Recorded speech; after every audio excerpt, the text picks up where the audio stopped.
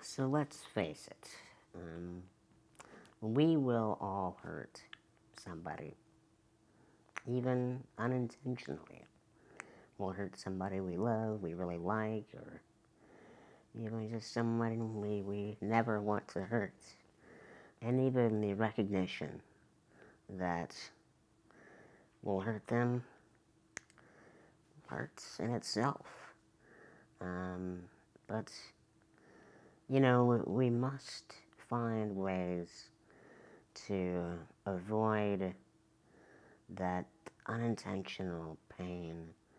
Well, I should say that the pain is going to happen, but we must find ways to work through situations. And of course, that's always an apology. I'm Ryan Wilson, and today I'm going to talk about how unhealthy relationships are easier than healthy relationships. You see, healthy relationships, as I've stated before, require trust and communication, autonomy, independence, and even some conflict. And conflict is an interesting thing. We may think of conflict and we may believe that conflict should not exist in healthy relationships. Maybe we dodge conflicts, we think it's bad. But if we don't have conflict, like a disagreement, then we're getting too caught up in doing what the other person thinks we should do.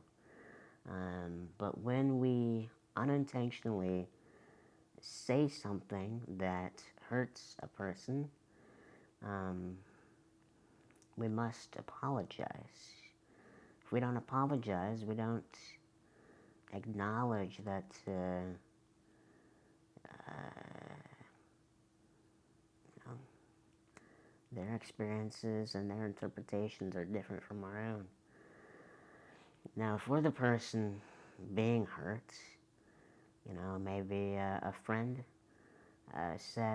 makes a comment that hurts us, we need to be willing to be vulnerable.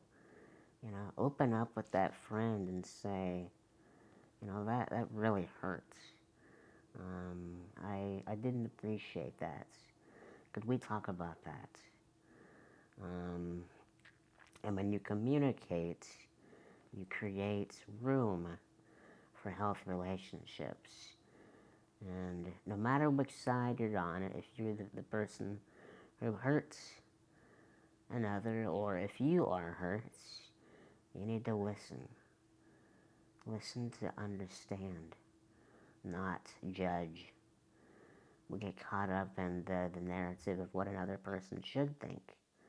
But what if we just listen to what actually is going on?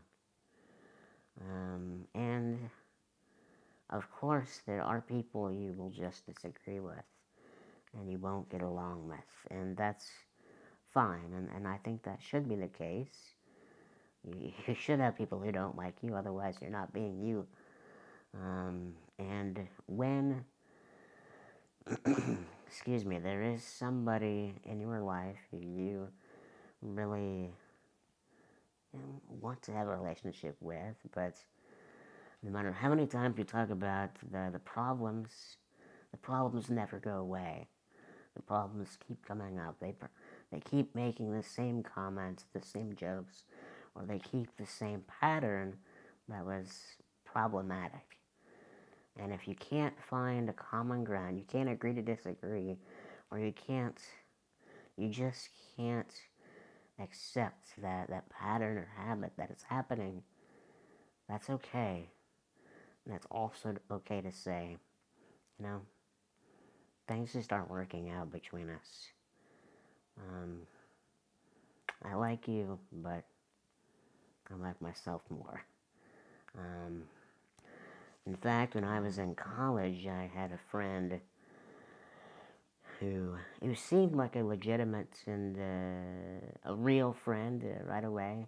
One of my first friends in college, a good guy, and we would have a lot of fun together. He liked to call me every week. It seemed like every day. And I noticed the more I changed, grew, the more I progressed, the more he was slowing me down.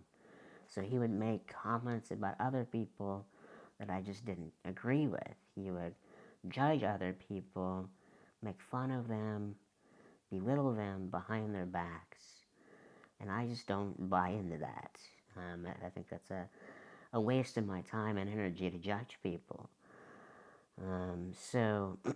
Excuse me. So, one time a couple years ago, he stayed overnight with me, and he made a comment about a mutual friend.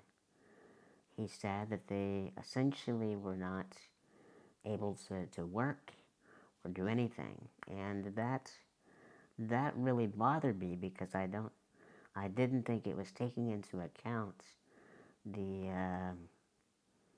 potential of this friend we had.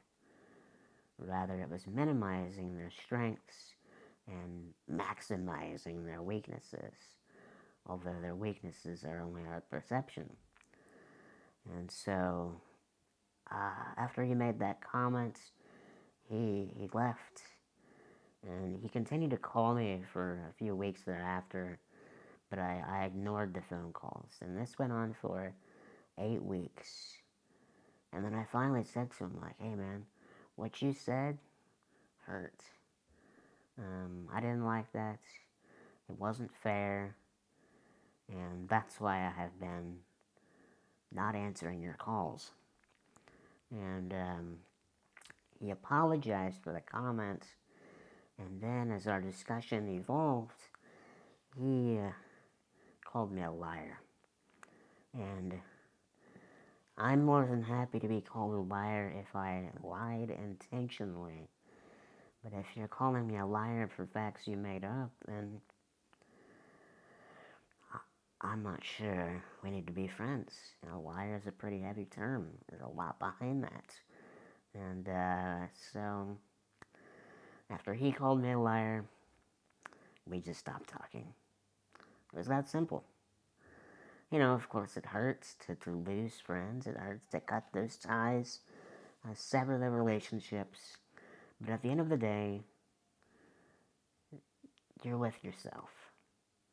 This is your life, not theirs. There are billions of people in this world. Don't worry about what one person thinks. Worry about what you think of yourself and go from there. Because when you think highly of yourself, you will gravitate towards people who treat you with respect and put in the work to have a healthy relationship with you. So thank you for watching. Continue to like, subscribe, share, and even comment. What do you want to see? What do you want to learn? What do you want to hear about? Let me know. And visit our website, teamtrustproductions.com. That's teamtrustproductions.com, where we help you help you. We want to increase trust, not only with others, but with ourselves. Okay. Thank you for watching.